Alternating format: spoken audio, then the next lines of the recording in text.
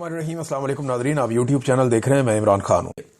عمران خان صاحب کا جو بیان آیا رات گئے، اس حوالے سے ذرا پہلے وہ بیان آپ کو بتا دیتے ہیں۔ عمران خان نے کہا کہ خیبر پختونخوا کے حالات کے تناظر میں وزیر اعلیٰ کی تبدیلی ناگزیر تھی اور یہ ایک آئینی عمل ہے جو اس ملک کے دیگر صوبوں میں بھی ہوتا آیا ہے اور اس میں کسی کو مداخلت نہیں کرنی چاہیے تاکہ یہ عمل جلد از جلد مکمل ہو۔ اگر کسی نے اس میں مداخلت کی کوشش کی تو بھرپور احتجاج ہوگا۔ سہیل افریدی کا انتخاب زبانہ طالب علمی سے ان کی آئی ایس ایف اور تحریک انصاف کے نظریے سے وابستگی کی وجہ سے کیا۔ یہ فیصلہ تحریک انصاف کی الیکٹیبلز کی جگہ گراس روٹ ورکرز کو فیصلہ سازی کے عمل میں شامل کرنے کے بیانیے کو بھی تقویت بخشتا ہے۔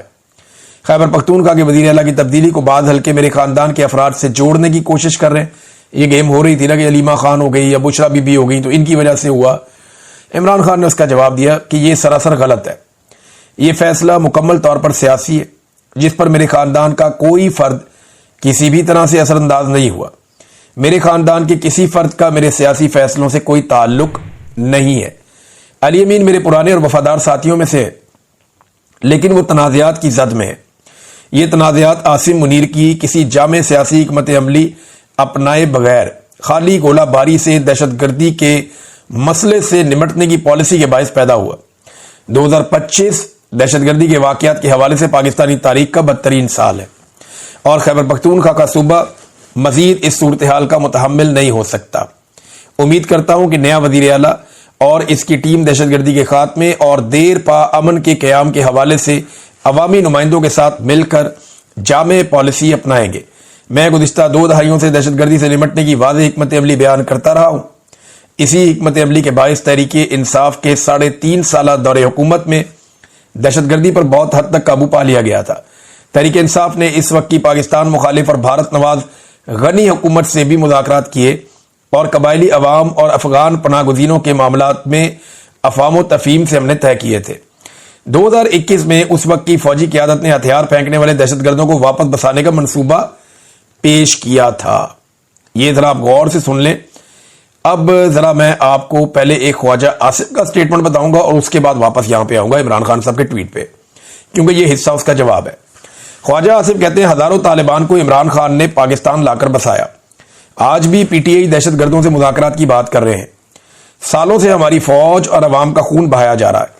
افغانستان حکومت کے ساتھ سالوں پر محیط مذاکرات اور وفود کا کابل آنے جانے کے باوجود پاکستان میں خون ریزی بند نہیں ہوئی۔ روزانہ فوجی جوانوں کے جنازے اٹھ رہے ہیں۔ 60 لاکھ افغان مہاجرین، 60 سال کی مہمان نوازی کی قیمت ہم اپنے خون سے ادا کر رہے ہیں۔ وقت آ گیا افغان مہمان اپنے گھروں کو جائیں اور یہ مفت بری اور محسن کشی بند کریں۔ یہ کیسے مہمان ہیں جو میزبانوں کا خون بہاتے ہیں اور قاتلوں کو پناہ میسر کرتے ہیں۔ یہ اب خواجہ آصف کا سٹیٹمنٹ ہے۔ پی ٹی آئی کے خلاف کے دہشت گردوں کو عمران لایا۔ اب عمران خان کا جواب۔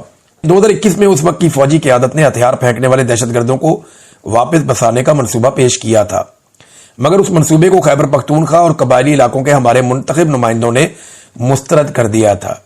اس منصوبے پر ہمارے دور میں عمل نہیں ہوا، لیکن اب حقائق کے برعکس تحریک انصاف کی حکومت پر یہ سراسر جھوٹا الزام لگایا جا رہا ہے کہ ملک میں دہشت گردی اس دور میں بسائے گئے دہشت گردوں کی وجہ سے پیدا ہوئی ہے۔ قوم کو بتایا جائے کہ کون سے دہشت گرد کب، کہاں اور کیسے بسائے گئے۔ یعنی یہ دہشت گرد تو عمران خان صاحب کی حکومت ختم ہونے کے بعد پاکستان میں لائے گئے، اور جب انہیں پاکستان میں لایا جا رہا تھا تو قبائلی علاقے کے جتنے بھی سیاستدان ہیں، چاہے وہ پاکستان تحریک انصاف سے، چاہے وہ پی ٹی ایم سے، چاہے وہ پاسون کے نوجوان ہیں، وہ سارے لگاتار احتجاج کر رہے تھے کہ دہشت گردوں کو خیبر پختونخوا کے علاقوں میں واپس لا کر کیوں بسایا جا رہا ہے اور کیوں بارڈر کو ان کے لیے نرم کیا جا رہا ہے کہ وہ ہتھیاروں سمیت خیبر پختونخوا میں آ رہے ہیں۔ اب عمران خان صاحب آگے کہتے ہیں کہ کبھی یہ کہا جاتا ہے کہ پاکستان میں دہشت گردی کی ذمہ دار افغان حکومت ہے، جس کی تائید سے افغانستان میں بسنے والے دہشت گرد پاکستان میں کارروائیاں کرتے ہیں، اور کبھی کہا جاتا ہے کہ دہشت گردی دہائیوں سے پاکستان میں بسنے والے افغان مہاجرین کی وجہ سے ہے۔ یہ دونوں باتیں غلط ہیں، کیونکہ لاکھوں افغان مہاجرین کو بے عزت اور رسوا کر کے نکالنے کے باوجود دہشت گردی بڑھتی جا رہی ہے۔ یہ متضاد بیانات عاصم منیر کے مسلط کردہ عوام دشمن نظام کی بدحواسی کو ظاہر کرتے ہیں۔ دہشت گردی سے نمٹنے کے حوالے سے میرا موقف ہمیشہ سے دو ٹوک رہا ہے۔ تاریخ بھی گواہ ہے، دہشت گردی کے خلاف اگر باقاعدہ سیاسی بصیرت اور حکمت عملی کے بجائے صرف طاقت کا استعمال کیا جائے